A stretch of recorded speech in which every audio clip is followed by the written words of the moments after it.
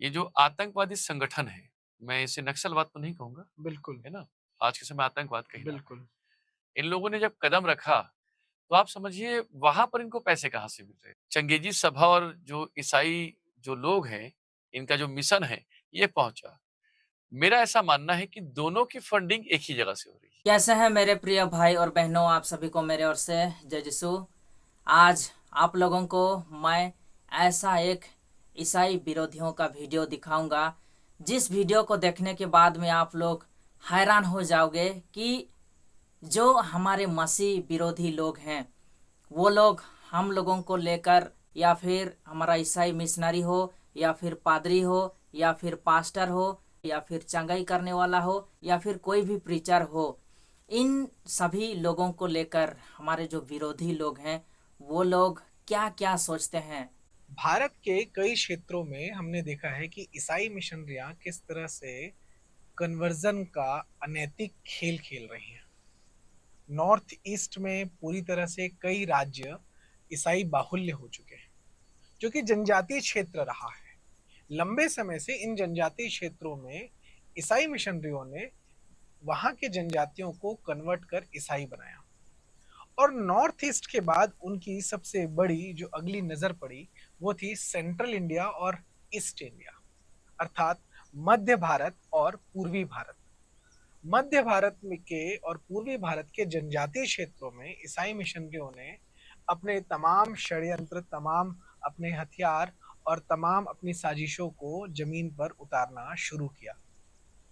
इसका नतीजा यह रहा कि इन क्षेत्रों में लंबे समय से, बीते कई दशकों से स्थानीय स्तर पर ईसाइयों की जो संख्या है, वो बढ़ती हुई नजर आई है। इनका थंबनेल को देख के एक बार सोचो कि इनका थंबनेल में लिखा है ईसाई कन्वर्जन का मकर जाल। जो ईसाई लोग हैं वो लोग, और जो मकर जाल का जो फंदा है, वो दोनों सेम है। अर्थात जैसे कि मकर जाल का फंदा में यदि कोई छोटा सा चींटी या फिर कुछ भी चीज यदि वहां पे फंस जाता है, तो वहां से वो बाहर नहीं निकल पाता है। तो ठीक उसी प्रकार जो ईसाई लोग हैं, उनका भी यदि जाल फांदा में यदि कोई व्यक्ति फंस जाता है, तो वो भी उससे और बाहर निकल नहीं पाता है। अर्थात इनका कहना है जो लोग ईसाई लोगों का फंदा में फंस जाते हैं वो लोग, और जो मकर जाल का फंदा में फंसता है, वो चींटी या फिर कुछ छोटा जीव हो, दोनों सेम है।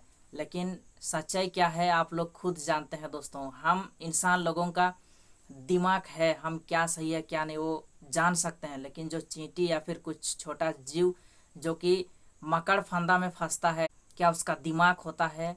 क्या वो जान पाता है कि मैं फंस गया हूँ, या फिर क्या आगे क्या होगा क्या नहीं, कुछ नहीं पता दोस्त। लेकिन हम मानव जाति का दिमाग है, बुद्धि है, परमेश्वर ने क्या सही है क्या नहीं सब कुछ जानने के लिए हम लोगों को शक्ति दिया है।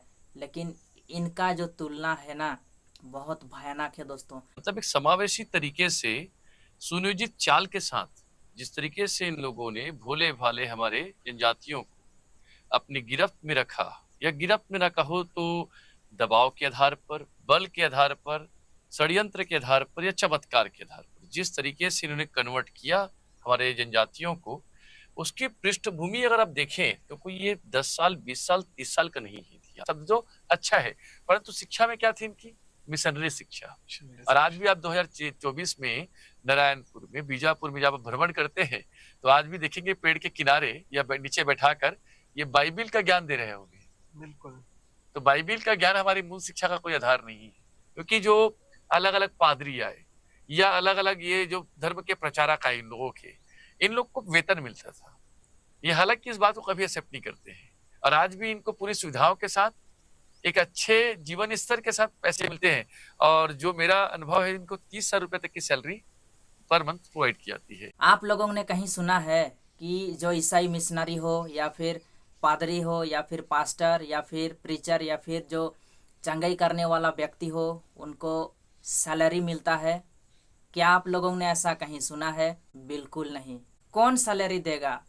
सैलरी देने वाला ही कोई नहीं है। हाँ, कुछ साल पहले ऐसा होता था कि बाहर कंट्री से फंडिंग मिलता था। हमारा जो पारिश सब होता है, पारिश को चलाने के लिए हो, या फिर लोगों का सेवा के लिए हो, कुछ फंडिंग मिलता था आउट ऑफ कंट्री से, लेकिन अभी सरकार ने उस फंडिंग व्यवस्था को भी बंद कर दिया। और जो फादर हो या फिर पादरी, प्रीचर या फिर चंगाई करने वाला या फिर कोई भी पास्टर हो, उनको हम लोग अपना स्वेच्छा से जो भी 5-10 रुपया हो, जो भी हम लोग देते हैं, उनसे वो लोग अपना गुजारा करते हैं और ना ही उनको कोई सैलरी मिलता है। और ये जग जाहिर है कि 1 लाख रुपए की सैलरी उस संबंधित जो पादरी होता है उसे मिलते हैं। और अगर आपने 30,000 कहे, वो डिपेंड करता है कि किसी को 12,000, किसी को 18, मगर अधिकतम 30,000 रुपए 10 से ये 30,000 पास्टर्स को रुपए मिल की रहे हैं और सारी सुविधाएं मिल रही है। बिल्कुल। मतलब आप समझिएगा, आने जाने के लिए भी इन्हें सेकंड क्लास की ट्रेन की टिकट मिलती है। मतलब इतनी सुविधाएं जो मिल रही है। और आप एक जगह मत देखिए, भारत के हर हिस्से में है, तो इनके लिए कई लाख करोड़ रुपए का जो धन संग्रहण है, भारत सीमा के अंतर्गत और भारत सीमा के बाहर भी, ये लोग अलग अलग कंपनियों से उगाही कर रहे हैं। लेहवी ही कह लो इसको एक प्रकार से। बिल्कुल। तो मैं मानता हूँ लेहवी की प्रथा भले हम बंद करने की बात कर चुके हैं, बट वास्तविकता में इन लोगों ने, समूह ने, या इस कह सकते गैंग ने या एक मिशन ने आज भी जारी रखा है। इन लोगों का कहना है कि जो हमारा मिशनरीज हो या फिर पास्टर, पादरी, कोई भी हो जो कि यीशु मसीह का प्रचार कर रहा है, इन लोगों का कहना है कि ये लोग बाहर बाहर के जो कंपनीज है नाता जोड़ लिए हैं और ये लोग क्या करते हैं, कुछ कुछ चांदा उगाते हैं। आप बताइए दोस्तों कि कोई भी कंपनी कितना चांदा दे सकता है? फ्री में, मुफ्त में कितना चांदा देगा? ज़्यादा से ज़्यादा 5 रुपया, 10 रुपया, या फिर मान के चलो एक बार दे दिया, लेकिन वो कब तक देगा? कभी ऐसा हो ही नहीं सकता दोस्तों। ऐसा कोई भी कंपनी का ओनर नहीं है, मालिक नहीं है जो कि मुफ्त में पैसा देंगे। ऐसा बिल्कुल हो ही नहीं सकता। वहां पर परिवर्तन, बदलाव के और क्रांति के नाम पर ये जो आतंकवादी संगठन है, मैं इसे नक्सलवाद तो नहीं कहूंगा, बिल्कुल है ना, आज के समय आतंकवाद कहीं, बिल्कुल। इन लोगों ने जब कदम रखा तो आप समझिए वहां पर इनको पैसे कहाँ से मिल रहे थे। इनकी संख्या इतनी धीरे धीरे बढ़ी तो इनके पास पैसे कहाँ से आ रहे थे, एक ये समझिए। और दूसरा, जो इसी समय ही या इसके बाद कहो, जो ये जो चंगेजी सभा और जो ईसाई जो लोग हैं, इनका जो मिशन है ये पहुंचा। मेरा ऐसा मानना है कि दोनों की फंडिंग एक ही जगह से हो रही है। ये मेरा ऐसा संभव है। ये मेरा अपना अनुभव भी मैं कह बिल्कुल। सकता हूँ।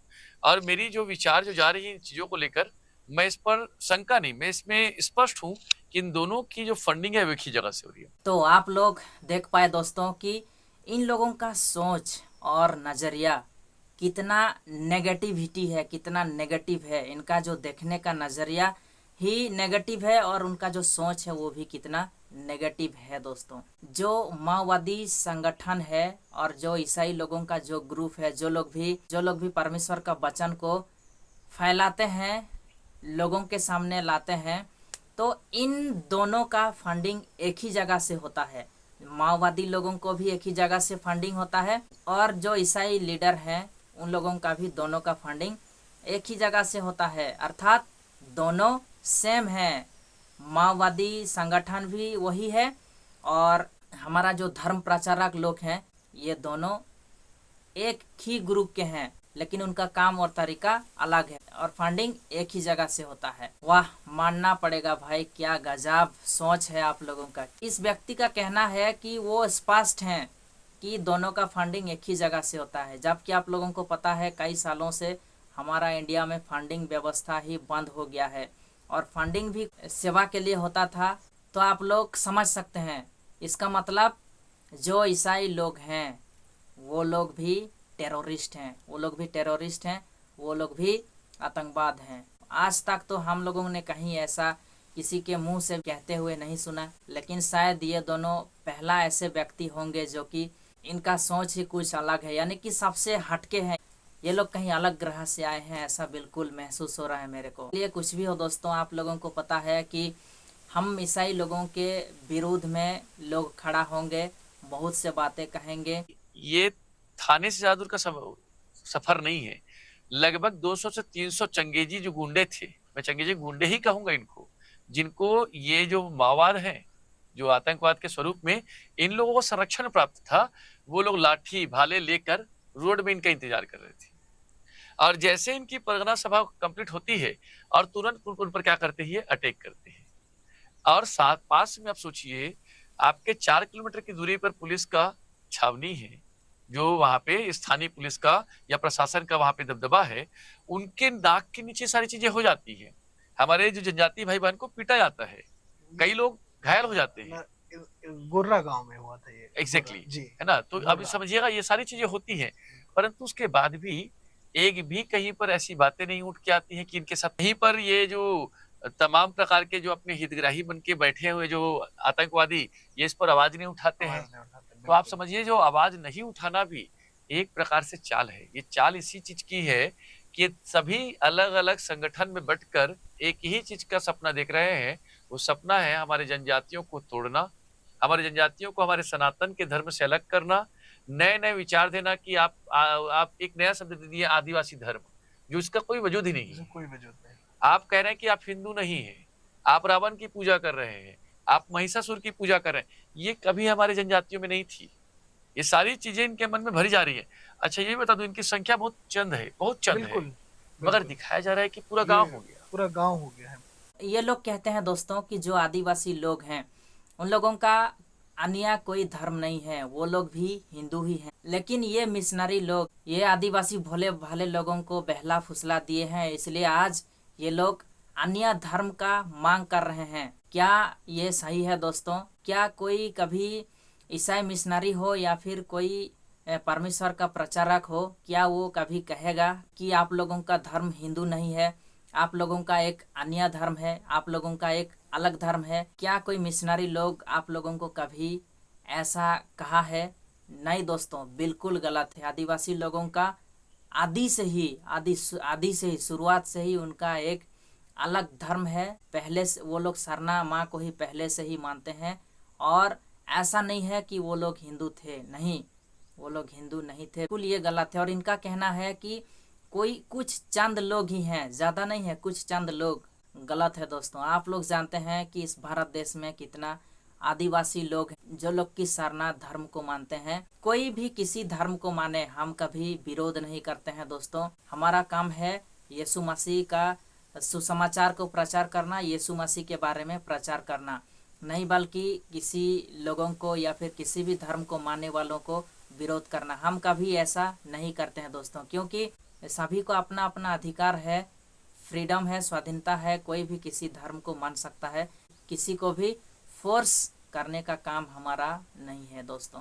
बस्तर जहाँ की अधिष्ठात्री देवी माँ दंतेश्वरी माता है, बस्तर के जनजातियों के जहाँ दूल्हा देव, बूढ़ा देव, आंगा देव, कंकालीन माता, शीतला माता ये हैं, उनको छोड़कर ईसा मसीह की पूजा कराई जा रही है। ईसा मसीह को मानने के लिए मजबूर किया जा रहा है।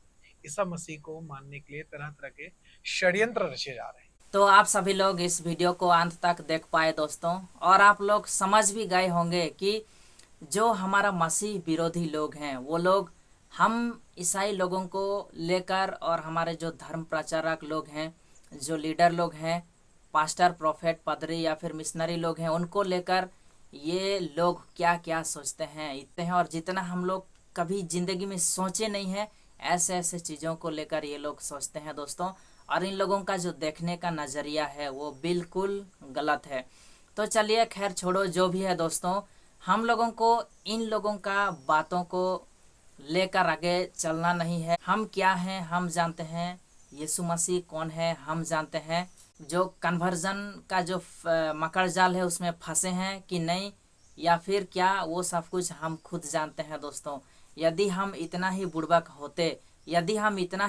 होते तो शायद इस मकर जाल का फंदा में कभी नहीं फंसते, या फिर फंस भी जाते ना तो इससे बाहर निकल पाते, क्योंकि हम लोगों को परमेश्वर ने दिमाग, बुद्धि सब कुछ दिया है दोस्तों। हम सोच सकते हैं, जान सकते हैं क्या सही है क्या गलत है। हमको कोई भी ज़बरदस्ती कन्वर्ट नहीं करा सकता, या फिर यीशु मसीह को मानने से मजबूर कोई भी नहीं कर सकता दोस्तों। लेकिन ये हमारा खुद का इच्छा है, और हम खुद चाहते हैं कि हम यीशु मसीह को फॉलो करें, क्योंकि हम जानते हैं, हम लोगों ने देखा है कि यीशु मसीह ही सच्चा परमेश्वर है, यीशु मसीह ही सच्चा खुदा है, हम लोगों ने देखा है। इसलिए किसी का भड़काव में आकर या फिर किसी का कहने में, मैं आप लोगों को यही रिक्वेस्ट करता हूं दोस्तों कि कोई यदि यदि भी गलती से आप लोगों को कहता है कि ये धर्म अच्छा है या फिर यीशु मसीह सच्चा खुदा है, आप आ जाओ, कन्वर्ट हो जाओ, बिल्कुल नहीं, ऐसा बिल्कुल नहीं करना है।